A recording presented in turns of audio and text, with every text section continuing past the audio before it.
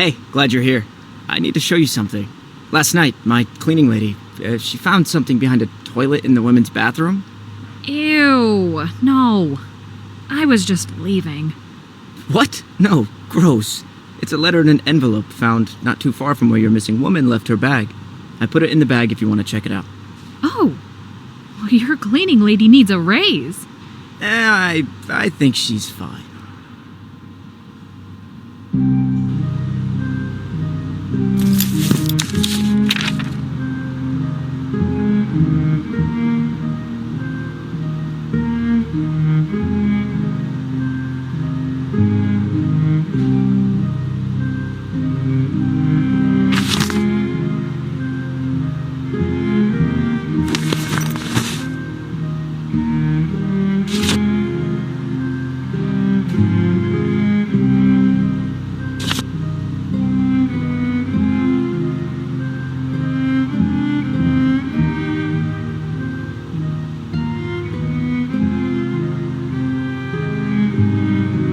This is it. This is what they were looking for. Hendrik Vandenberg's shelter.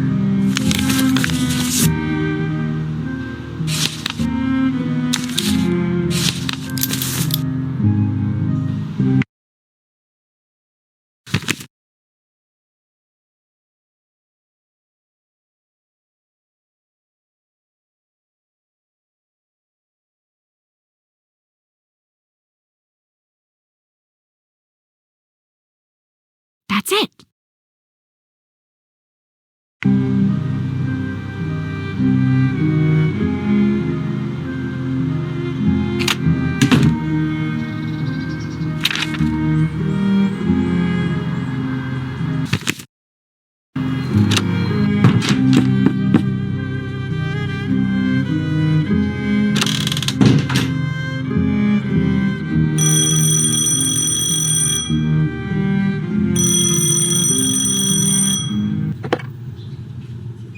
Hello? The ransom callers called in again. This time they mean business.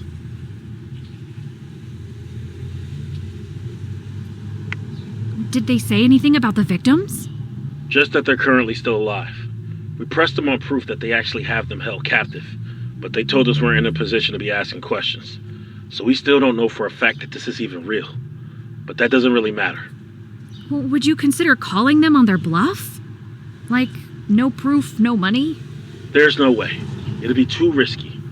Unfortunately, they really have us on the palm of their hand here. Did they ask for the money? They told us to put the money in a weatherproof container and essentially bury it in a wooden area in the public park. They didn't give us an exact deadline, but they said the sooner it's done, the more fingers our victims will walk away with. Oh, that's awful. So what are you going to do? Looks like all we could do is cough up 50 grand and then camp out at the pickup location. We suspect their plan is to really drag out the actual pickup. If they want the box weatherproof and all, it's not a dumb idea. If they have us waiting and watching for weeks on end, it'll be hard for us to stay vigilant for that long. But if we want any chance at saving our victims, we may have to play directly into their plan. Unless we can figure out who they are before it gets to that point. On what could be a related note, I did get to look around Colin's apartment. I came across an email written to him by his dad. Basically, we were right to suspect that his dad's money was keeping Colin's gallery afloat. But now, it looks like he's getting cut off. And the number 50,000 was thrown around in the email as well. Zimmerman, Vasquez, pack the car. We have an arrest to make. Whoa, wait. This isn't exactly concrete evidence. But we have enough probable cause to fill a bathtub.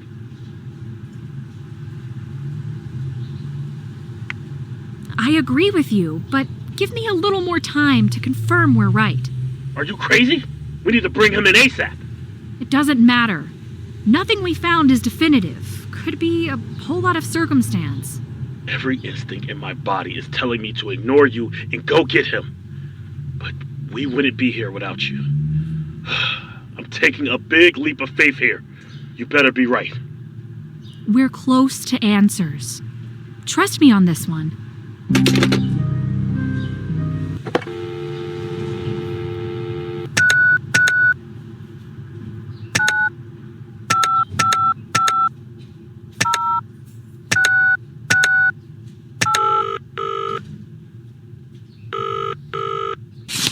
Hi, Branham. It's Penelope. Ah, hello, Miss Pendrick. Did the address provide you with the answers you were looking for? It certainly did. I'm on the trail of something much weirder than I anticipated. Well, spill the deets, as the kids say. I actually don't think the kids say that. Anyway, I've come across evidence that somewhere in Carlisle is a mysterious hidden structure built by a rich but secretive architect. Incredible! Or you may be mistakenly reading off of the back of a DVD case.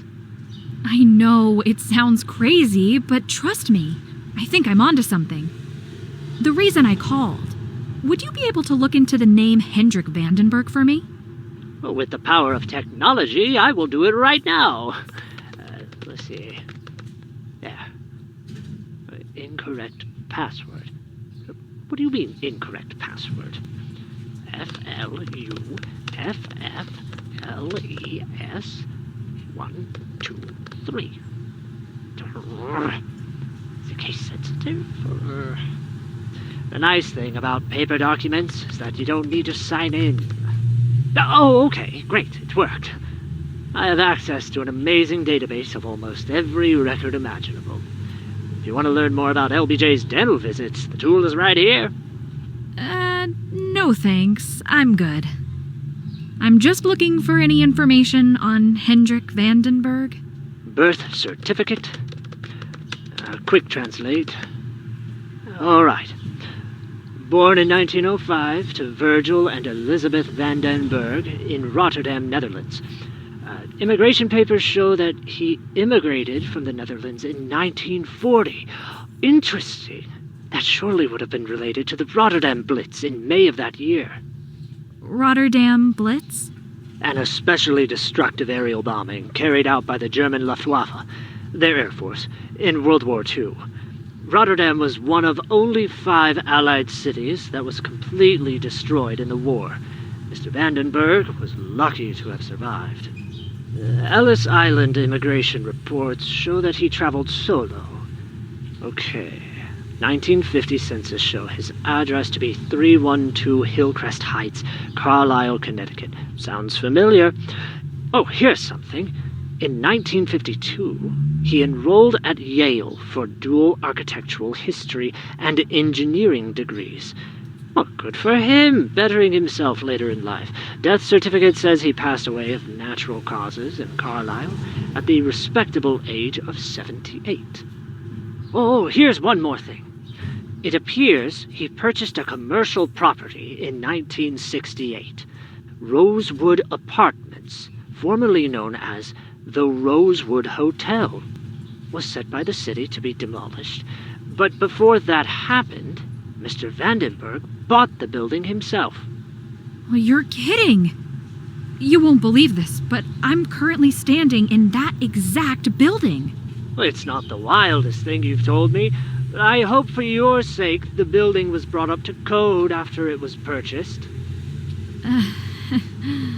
I hope so, too. This is a huge find. As always, your help has been invaluable. The only payment I ask in return is that when you find this hidden structure and solve your mystery, you give me a call. I'm wondering if Carlisle could do with more than a single chapter. Absolutely.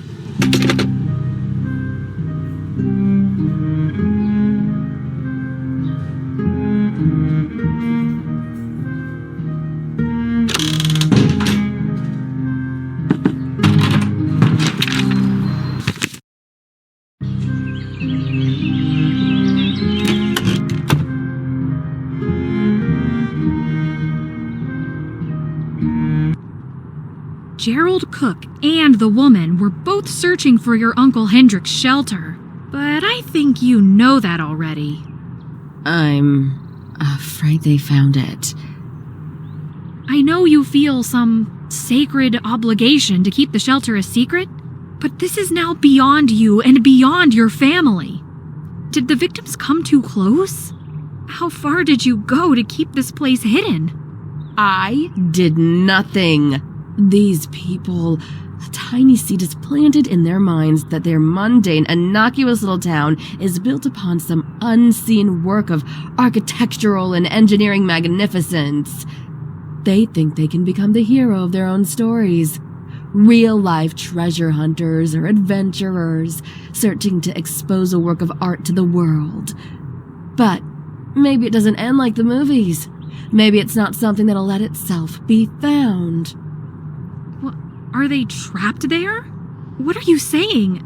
Evelyn, you are the only person who knows where to look. You need to take me there. Don't you get it? They're dead, Penelope. They're dead. Uncle Hendrick's mind was fractured by what he lived through. For every brick he placed to protect our family, he placed another to destroy anyone who came to harm us. He didn't build a shelter. He built a tomb. Okay, then take me there. I won't believe anything until I see them with my own eyes. If you leave it at this, the culpability of their deaths is on your shoulders. I refuse to lead you to your death as well. So far, I've done exactly what you asked. I haven't whispered a word of this to the police. But I'd say it certainly doesn't look good when you claim that people have died of their own poor decisions while searching for something you desperately want to keep hidden. Not to mention that Terrence, a child, was likely abducted from your property. Abducted? His blood is still on a rock not far from your backyard. I didn't. I'd never. All right, then prove it. And if you need a little more convincing, if you don't take me to the shelter, I'll have to tell the cops everything. You and your uncle's secret will be a secret no more. No. You can't do this. If it'll save lives, I'll do anything. No, I'd never hurt anyone on purpose. He was the one who wanted to go in there. I told him not to, but he did it anyway, and I didn't stop him. I couldn't. Who? Terrence went in there? I see his ghost every night. I watch it happen again and again, and it's my fault. I know it's my fault. Evelyn, you need to tell me what happened. I take back everything I said. I won't say a single word or name a single name. Please, just talk to me. What have I done? Evelyn?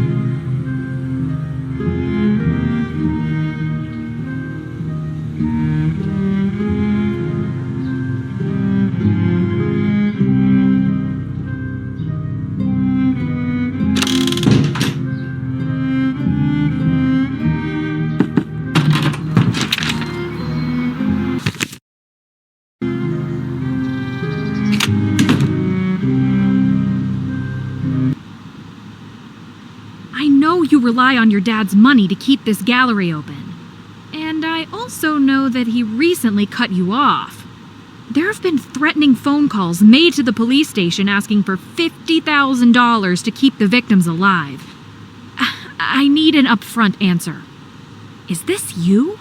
How? How do you know about my dad's money? That's the least of your concerns right now. Do you have the victims held captive? What? Of course not. Did you make up a ransom story to try and get money out of the police? No, that's demented. Since you're so concerned about my finances, when my dad cut off the money, I sold my car and traded in for a beater. That's $75K right there. If you need proof, I can walk you around the corner. But how long will that last? What about when that money runs out? I'll be set long enough to get rid of my apartment and move somewhere lower to the ground. I may have something with this art collecting business. I'm gonna build that up, ditch the luxury lifestyle, and I think I'll be able to keep my gallery open. I'm willing to make plenty of sacrifices to keep my art alive. But don't you think you'll regret giving up life as you know it? Maybe, but what's the alternative? Keep my nice things and go work for Dad? Be dead inside while lying on a pile of gold? No chance. Plus, isn't this what I always wanted? To be normal? Yeah, it's daunting to have to figure out how to make it on my own, but it's also kind of exciting. Of course I freaked out at first when I got the news from my dad, but after it set in, I actually felt relieved. I was too scared to cut my tether to him myself. But now, it's done. I'm free to be me. So, what's it like to go from a sports car to a beater? It has its charms. The air conditioner doesn't kick on unless I punch the dashboard a few times, but it's a car. It gets me places. My entire life has been this curated, polished experience, like I've only seen the world from a nice, cushiony bubble. Now the bubble is popped, and I'm actually allowed to fail, to be hurt by things. I'll probably hate it, but that's kind of the whole point. Well, I'm glad you've had a revelation, but that doesn't change the fact that the police are still chomping at the bit to arrest you. Seriously? Arrest me? Great. I told them we don't have sufficient evidence, but I think they just want somebody at this point. I'll hold them off the best I can, but until I can crack this case, prepare yourself for a surprise visit. What am I supposed to do if they just show up at my door and handcuff me? Well, don't do anything. Just cooperate. If you really didn't do anything to these people, you'll be just fine. Hey, Penelope? Thanks. You'd better not prove me wrong. Good luck with this whole normalcy thing. And remember to stay positive, okay?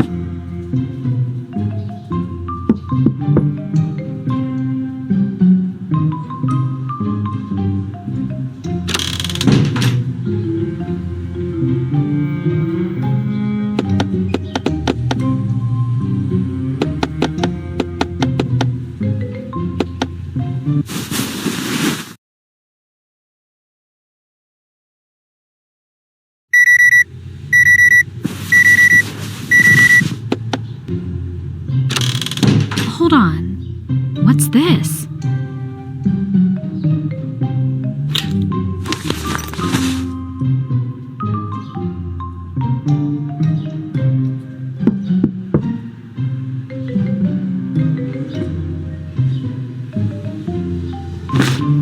That doesn't work.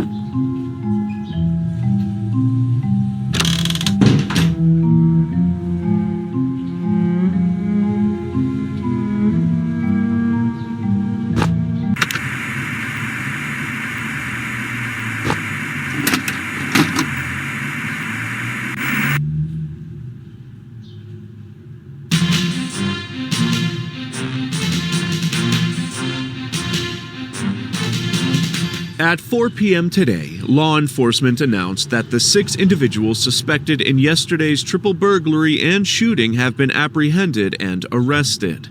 Between the hours of 10 and 11 p.m. last night, residents of North 33rd Street and adjoining neighborhoods called in multiple reports of the sounds of alarms and shattering glass from the nearby commercial strip. Officers were immediately dispatched to the scene and located a small group of hooded and masked individuals in the act of robbing 3 consecutive stores. World-class gems, shoes, and boots galore, and Carl's Corner Mart were the targets of a smash-and-grab style burglary, with the perpetrators now on the run. After refusing to yield to law enforcement, shots were fired from both sides, resulting in the injury of an officer. It was not long after that the 6 individuals were captured and brought into custody. The 6 are facing charges of burglary, destruction of property, theft, aggravated assault of an officer, and resisting arrest. At this time, it is unclear if Melanie DeSoto, a 17-year-old, will be tried as an adult. Due to the severity of the crimes, it is unlikely that the criminal justice system will grant her leniency because of her age. This is CGN News, Channel 7. Melanie DeSoto? Well, that's Stacy.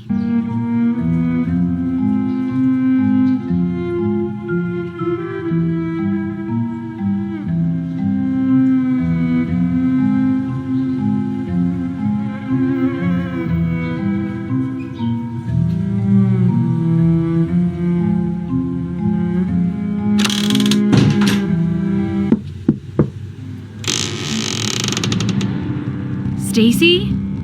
Hello? Huh.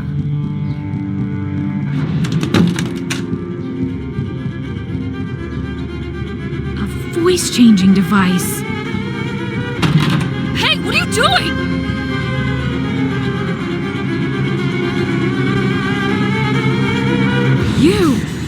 You called in the ransom. Fine! Yes! It was me! But you have to hear me out. I can explain. Then explain right here and now. Did you kidnap those people? No! I don't even know where they are. Why should I believe you? Because you don't have a choice. It's just the truth. I made all of this up. All of it. I can't make them magically appear. Uh-huh. Since there's no proof, I'm going to assume that they'll be back up for sale as soon as I leave this room. How? I'm already busted. The only way I was the one holding the cards with the cops was through my anonymity. I'd have no reason to hold people captive. None.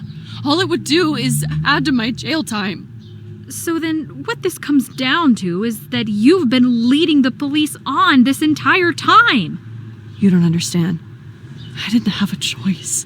Oh, so someone was holding a gun to your head while you read off of a card that said, "The longer it takes for you to get the money, the more fingers your captives will lose." I didn't have a choice. I had to do something. I cannot go back. Back to being Melanie DeSoto? I don't even care how you know. All I need is for you to see things from my perspective. Right now, what I see is someone low on money who saw an opportunity to capitalize on the suffering of others. You have no idea how the world works. You with your perfect little middle-class upbringing. Biking around the neighborhood with your perfect little middle-class friends. Putting on pageants in school. Hanging Christmas lights in the winter. How dare you talk to me like you know why I did what I've done? Growing up, I couldn't go outside because I'd risk being hit by a stray bullet. If you've never been in a situation where you think you might get shot, don't even talk to me. You had opportunities. My role models were druggies and dropouts. The poor stay poor. And when you are stuck in that infinite cycle, you get desperate. I was only 17 when my friends convinced me to be a part of their plan. To break the cycle. To get money and get out. And that clearly didn't go as expected. So, on top of being poor, now I was marked. Permanently. The odds of getting a good job and pulling myself up by my bootstraps were now 0. The hope was gone. My life was over. I broke parole, changed my name, and started clean. Melanie DeSoto now lies at the bottom of the Chicago River. And Stacy Leith lives the life she always dreamed of. Sad, right? This life is the dream. It's better than I even imagined. But why would you jeopardize all that? I don't know. It was so stupid. So stupid. It was the desperation. I knew I didn't have enough money to finish my degree. And I knew if I didn't finish my degree, there I'd be. Caught right back up into the cycle.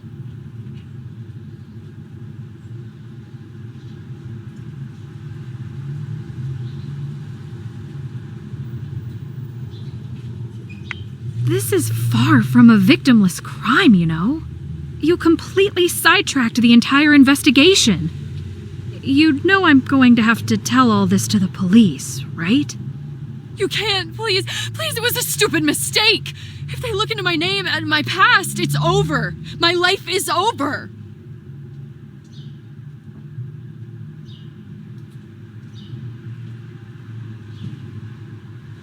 Sorry, Stacy. They need to know the truth. Now, as far as I'm concerned, it was Stacy who called in, not Melanie. Penelope, please. You should have thought about that before you picked up that phone. I need to go.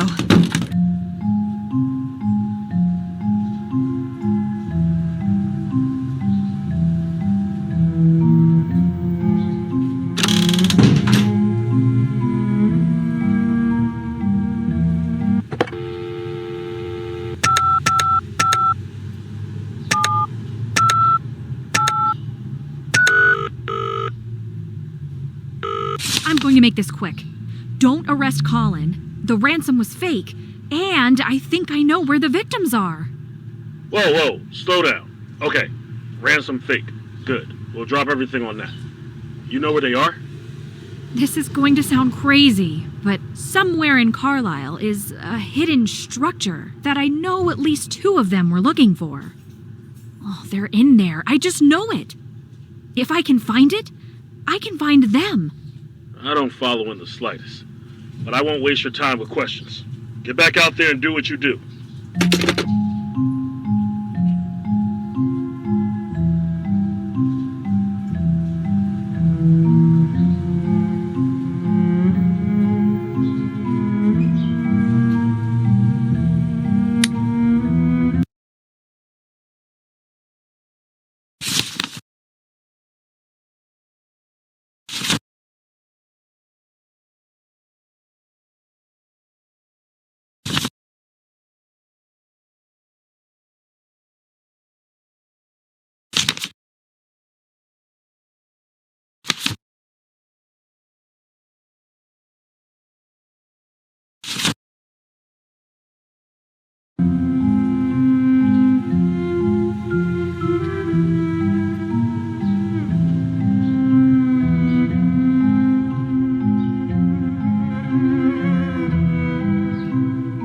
Weird.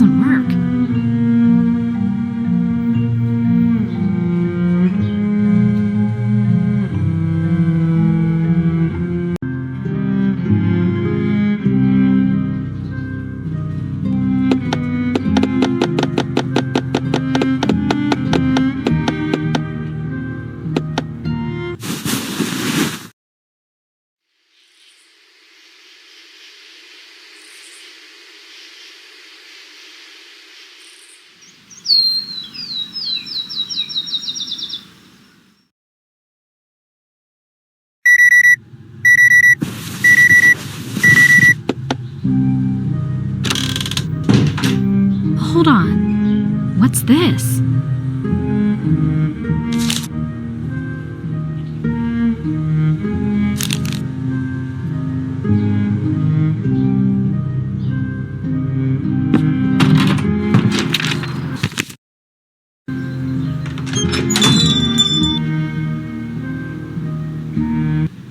You got the memo. Good. I've really been thinking since the last time we talked. I know I was quick to shut everything about Evelyn down when you first brought her up, but that's because I didn't want to have to think about her. Or maybe I still felt some deep-seated obligation to protect her, I don't know. But anyways, there's something about her you need to know. 16 years ago, Evelyn killed her brother, Scott. I'm sorry. What? That's an extreme accusation. And how would you know? Wouldn't you have been broken up by then? Turns out she never told her husband at the time about the family shelter. Yes, I know about all that. Have since the 90s. So, when Evelyn accidentally kills her brother while they're in there, she runs crying to me because I'm the only one who knows about the place, besides her parents, and she certainly wasn't going to be confiding in them. Why do you say accidentally like that? You think she would kill her own brother on purpose? It's only speculation, but there have been warning signs. When we were together, she'd constantly bring up how unfair it was that Scott was going to be the one to inherit the house. She was kind of obsessed with it, saying how she was the one who deserved it because of XYZ. She had motive. But that doesn't make any sense. If Evelyn murdered someone, why would she immediately tell you about it? Maybe a psychological thing? She posed it as a freak accident, but she was pretty upset, so she didn't have much filter. She let it slip that she changed her mind about something, but it was too late. But either way, she was absolutely devastated by what she had done, and I know that was genuine. Her regret. But regret couldn't bring Scott back.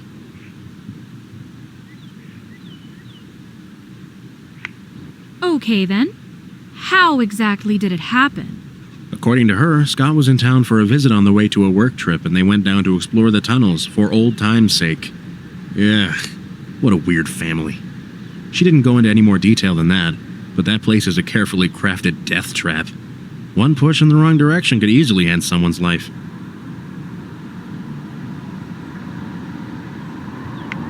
Did you alert the police at the time? I had no proof, no body. How could I? It's not like I or anyone else could get back in there without Evelyn and all her different types of keys.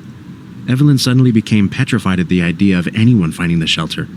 Before that, she never really cared much about the secrecy of it all, except out of respect for her parents. So I figure there must be some kind of evidence of what she did down there. When was the last time you talked to her? Maybe a couple weeks after she told me. She came around a couple more times to cry on my shoulder, but call me a monster. I reminded her that we were broken up and I needed my space. That was the last time. Was there ever an investigation at the time? I mean, if Scott just suddenly disappeared, wouldn't there be friends and family concerned? Scott was only visiting. I'm sure there were all sorts of searches going on wherever he was living at the time, but nothing here in Carlisle. If this is true, do you think Gerald could have found out her secret? That's what I was getting to. I know Gerald was searching for something big before he disappeared. Didn't take long to figure out what he was looking for. I played dumb, of course, because I didn't want to get involved with any of that mess. I never guessed he was actually anywhere close to finding it. Then you come along mentioning Evelyn's name, and I put two and two together. Wow. Well, this would fill in a few missing puzzle pieces. Last time I spoke to her, she implied that Gerald and the others had found the shelter and would be guaranteed to be dead by now. She refused to go down herself to look, and also refused to take me there. Bingo. I figure you'll be needing this. I'd tell you where the entrance is, but I think you already know where to look. Oh, and there's one more thing you should probably know. Her brother isn't the only one who suffered in that place. I'd still have two arms if it weren't for her. What? I thought you said what happened was a firefighting accident. It's easier to say that than I lost it at the hands of my ex-fiancé when we were in her crazy uncle's booby-trapped bomb shelter. Okay, maybe that is a bit convoluted. Wow, though, that's pretty horrible. I wouldn't be too upset if she was brought to justice. I believe in you. Thanks, Mitchell. And Gerald will be back to his bookstore in no time. Let's hope. Penelope, don't lose your head down there, okay? And that's not a metaphor. Yikes. I'll try my best.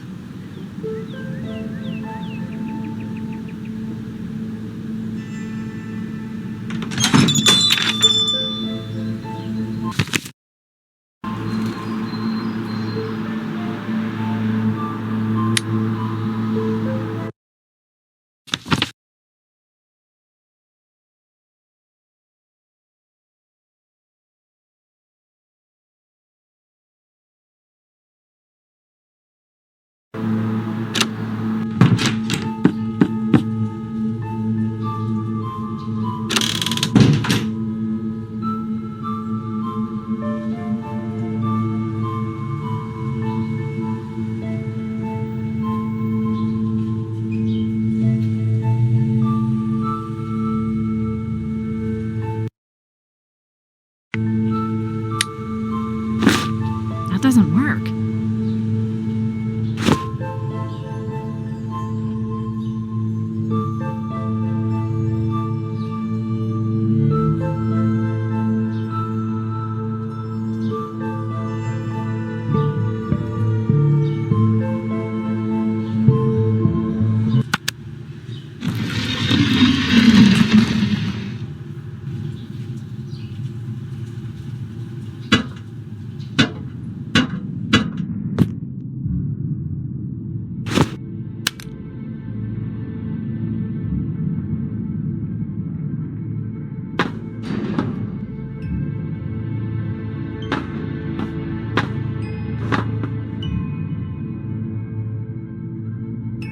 No way I could jump that.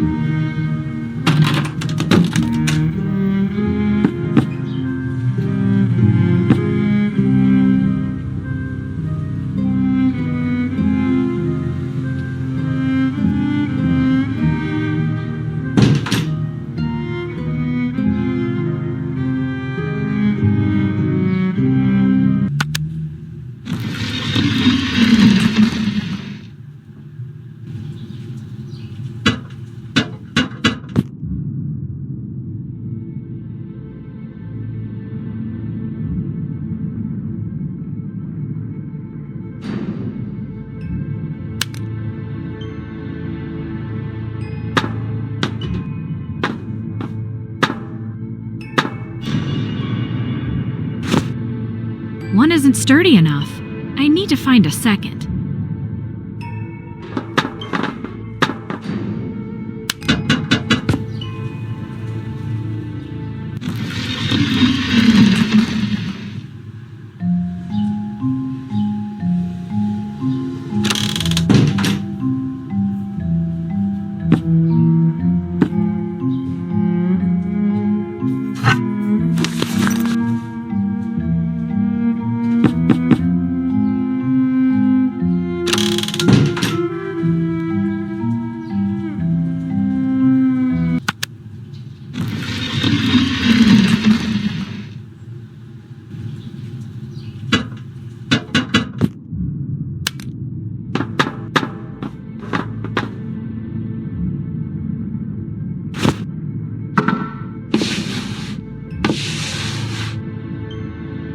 Colin's missing painting.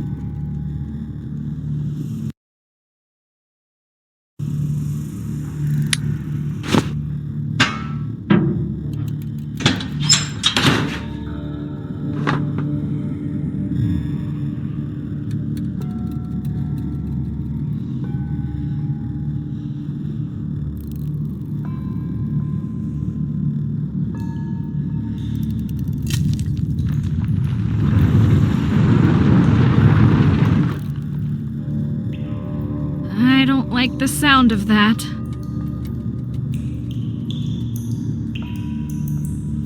I'm guessing this is Dutch? I may need a little help with this one.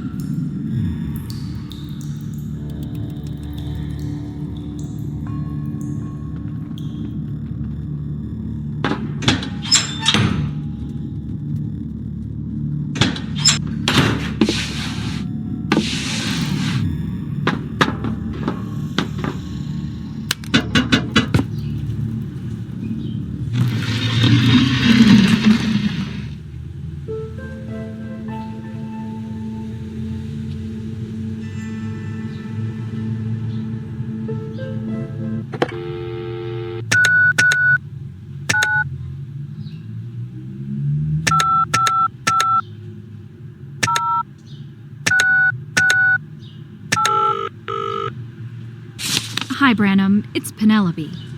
I was wondering if you could translate something for me. Well, I may not be the best person to ask, but a search engine, however, knows a few languages. I don't have a cell phone, actually. Really? Well, you must be seen as a heretic among the Church of Millennials. Yeah, maybe.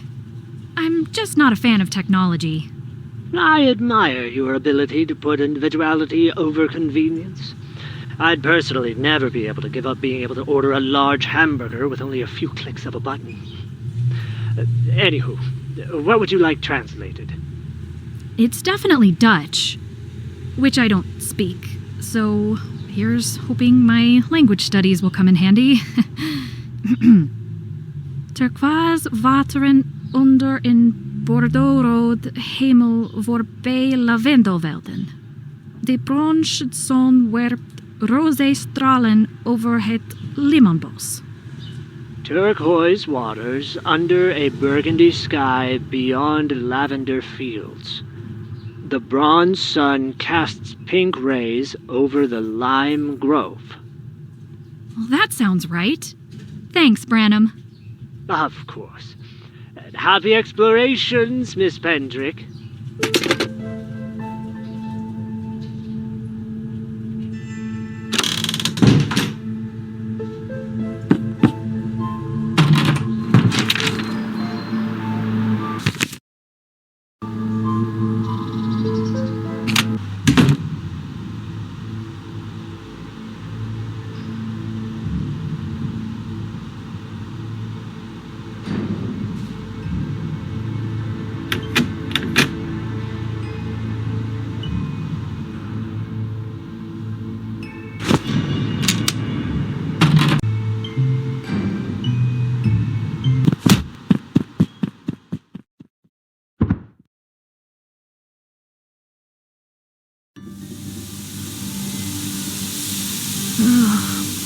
What is that? Is that gas?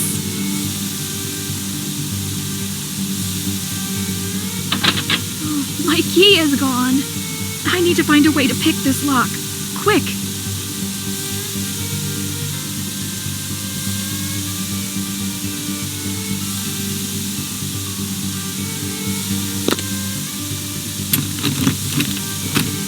That didn't work.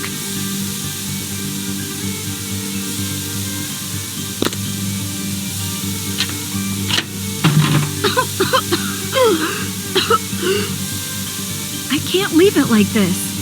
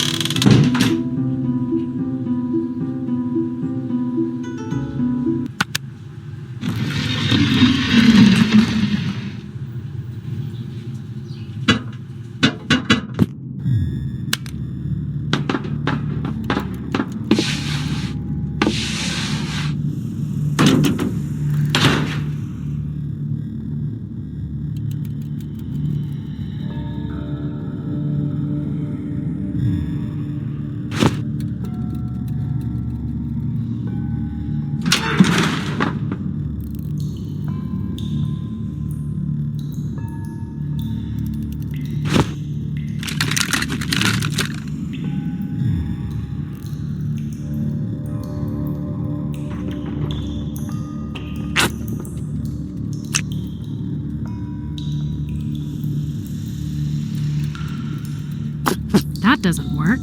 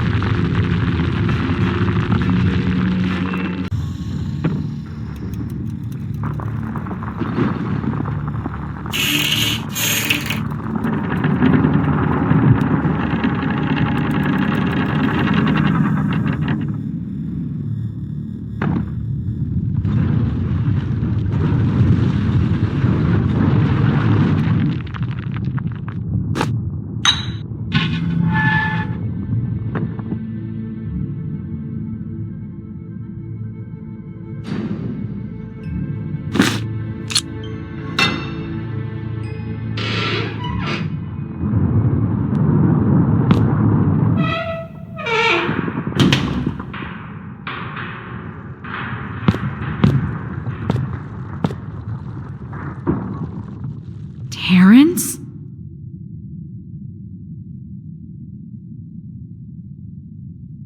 Oh, thank goodness you're okay. Are you real? I'm Penelope, and I'm gonna get you out of here, okay? Do you have any food? I'm really sorry. I don't.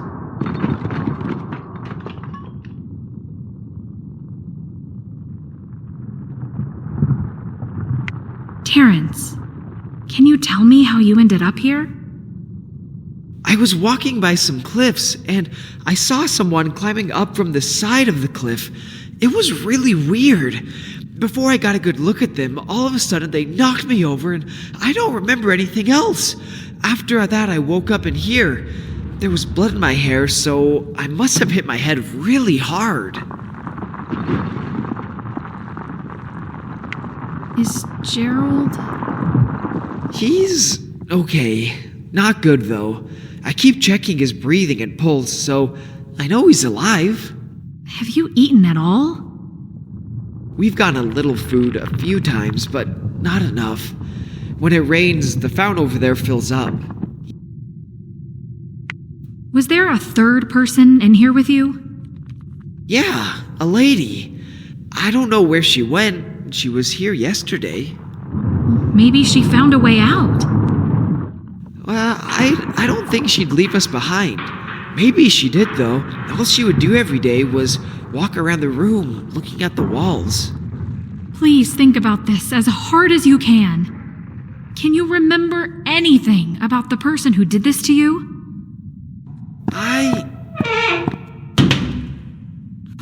Speak of the devil. Why are you here?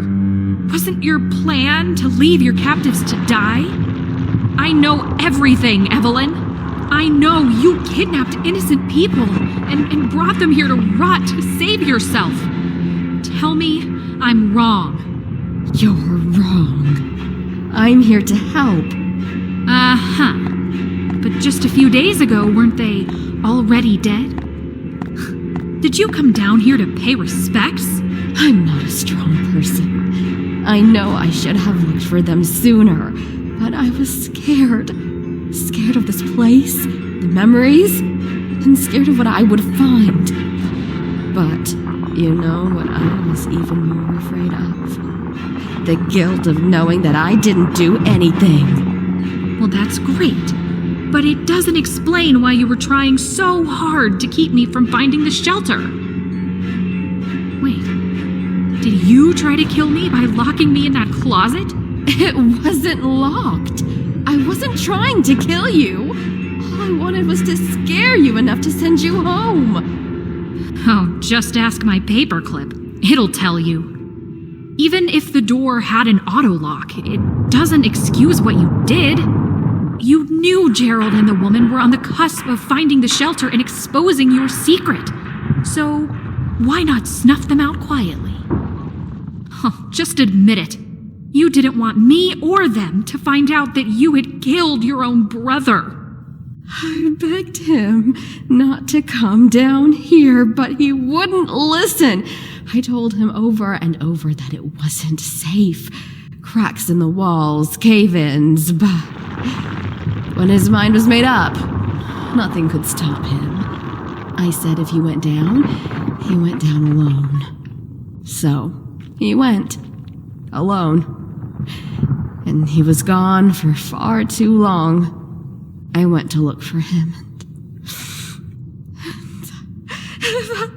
If I only tried harder to stop him, he'd still be alive. So, yes, I killed Scott that day. But I did not kidnap these people. It took me until today to decide to do the right thing. To give up the act, to save them, and risk going to jail if the truth gets out. But I did it.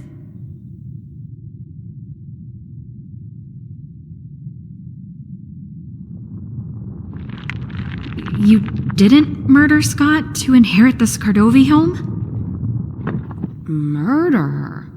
What are you talking about? My parents had already promised me the house because Scott had moved to NYC. What? Excuse me? My dad's name was Scott Scardovi. I'm sorry. What did you say? Scott Scardovi was my dad's name. He disappeared before I was born. I never even met him. My mom told me they met in New York, and after she became pregnant with me, they bought a house in Carlisle.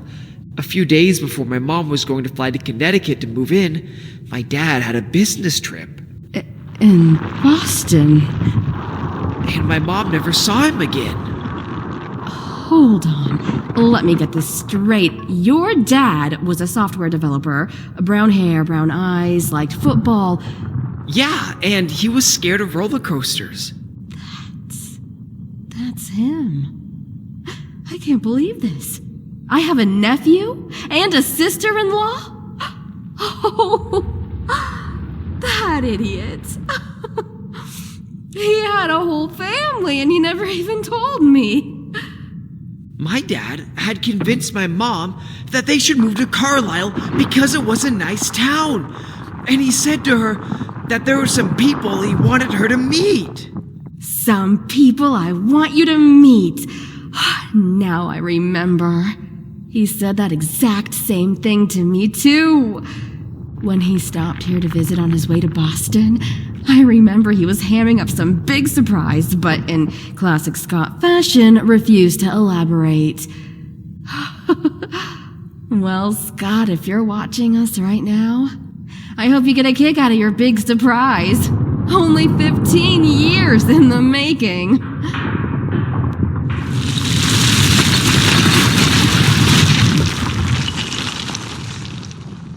Sorry to be the one to cut this family reunion short, but we need to get out of here, like, now. Yes, let's. This way.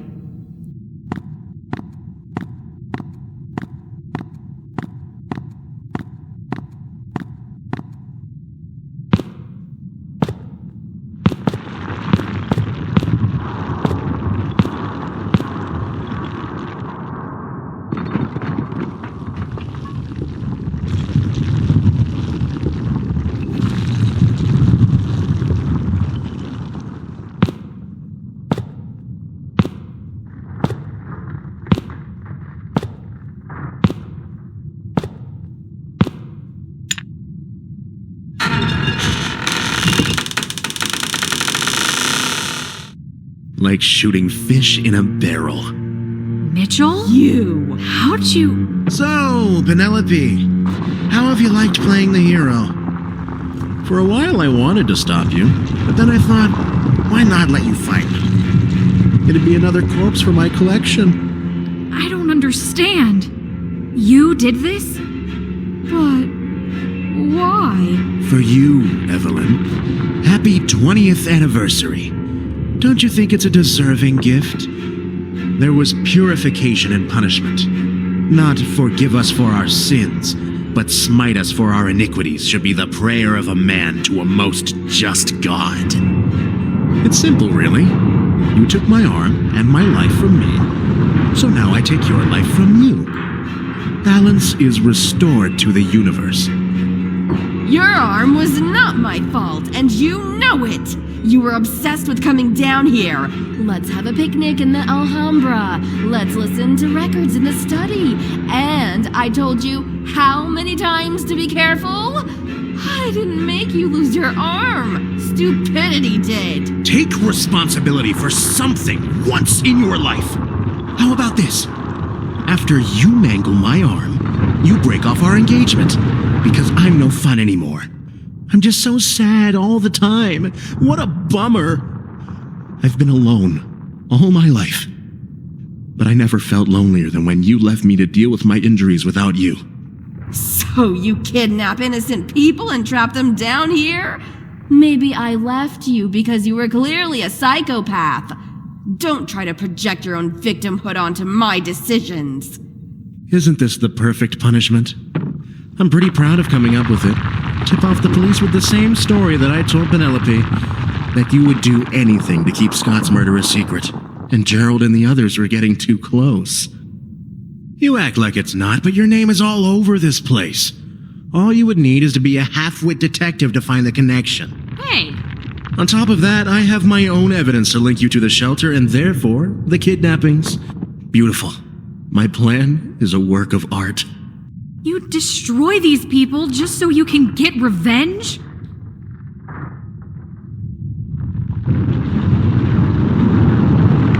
Terrence didn't know anything about the shelter and you attack him? That was a wrong place at the wrong time kind of deal. I couldn't risk him getting a good look at me and blabbing. Any attention would have been too much attention. But Gerald has been so generous to you. How can you do this to him? I feel a little bad. Sorry, Gerald. My hands were tied. It had to be him. And that woman. If it were anyone else, I'd risk those two finding my hostages before my plan was complete. I knew I was right about you. You lying, manipulative inhuman. And there you go, off on one of your tangents again. Is that how you described me to your rebound boyfriend? No surprise he divorced you, you piece of...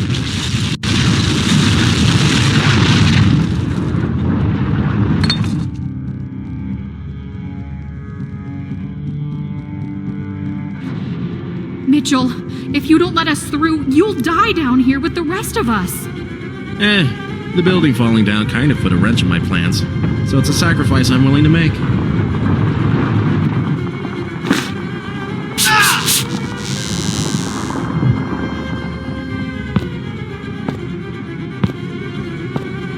You're not walking out on me this time! Ruby, let's go.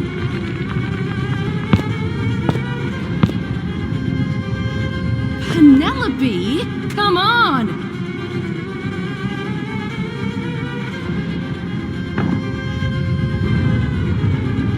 I know this sounds crazy, but we can't leave him. Yes, we can. If we leave him, we're no better than he is.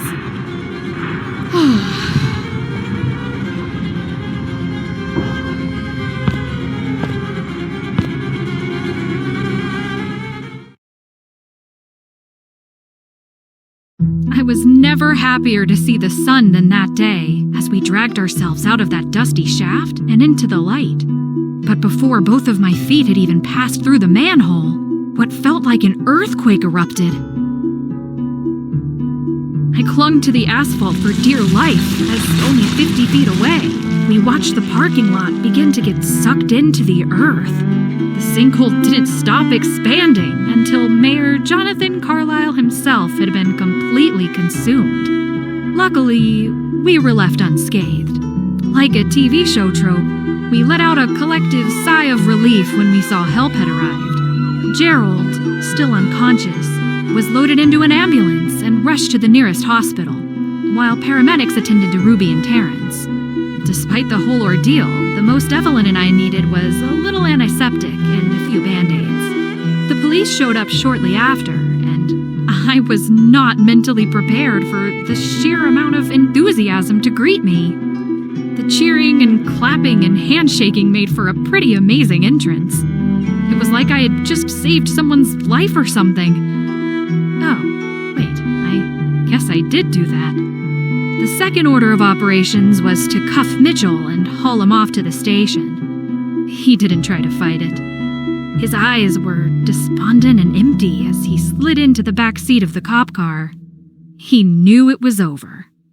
He had been so certain that his life couldn't get any worse. But I think it was at that moment he realized he had been so wrong. Eileen was ecstatic to see her son again, and Terrence his mom. After a series of hugs, I missed yous, and I was so worried about yous, Terrence proceeded to explain in record time about Evelyn and who she was. He didn't pause to breathe until the story was finished. And after a long moment of shock, Eileen knew that she had found a piece of her beloved husband that day.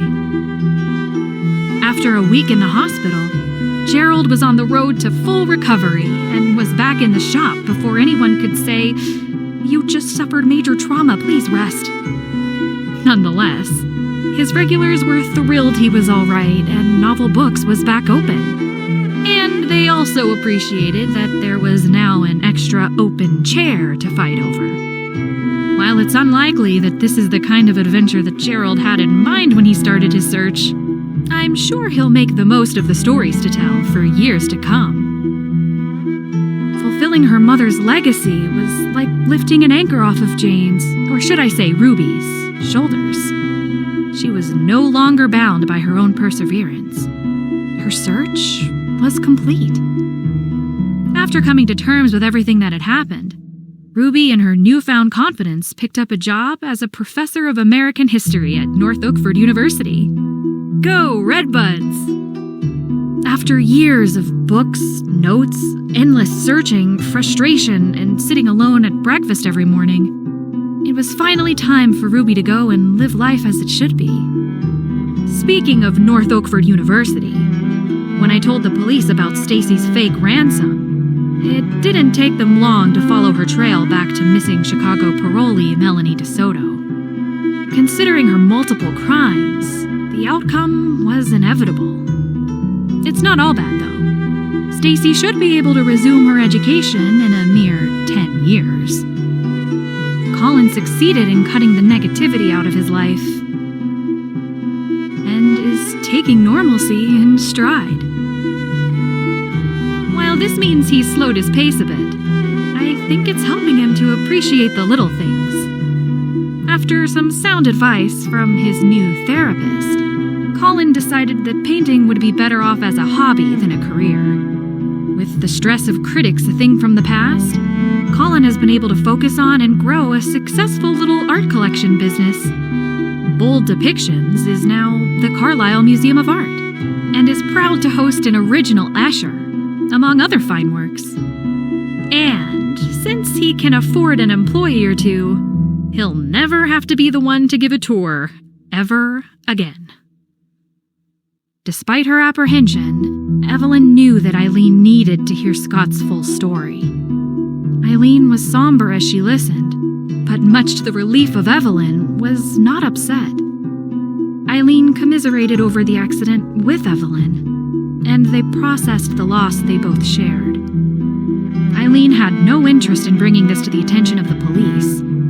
What's done is done. With the shelter reduced to a pile of rubble, Evelyn was freed of her burden. The horrible place was gone for good, and her secrets and memories were buried with it. After being contacted by none other than John Branham, she agreed to help create a documentary about Escher, Hendrick, and the amazing feat that the shelter once was. The proceeds of this film were enough for Evelyn to found the Vandenberg Project, a charitable organization established to provide assistance to families who have lost a loved one to war. And to top it off, the Scardovi family, in its own way, is whole again. Carlisle is back to being peaceful and uneventful, although it may not end up as sleepy as it used to be. Now that it's on the map, tourists might realize just how tasty the strawberries are every summer. As for me, I'm home in my own bed at last. No crumbling ceilings, no unwanted nightly visitors, and no eyes watching me sleep. The most dire mystery for me to solve being what's for dinner. Definitely not pizza. Never pizza. Once I slide this new manuscript in the mailbox, I can finally sit back, prop up my feet somewhere structurally sound, and relax. Have a bath. put on some nature sounds. Or maybe leave it quiet, just in case the phone rings.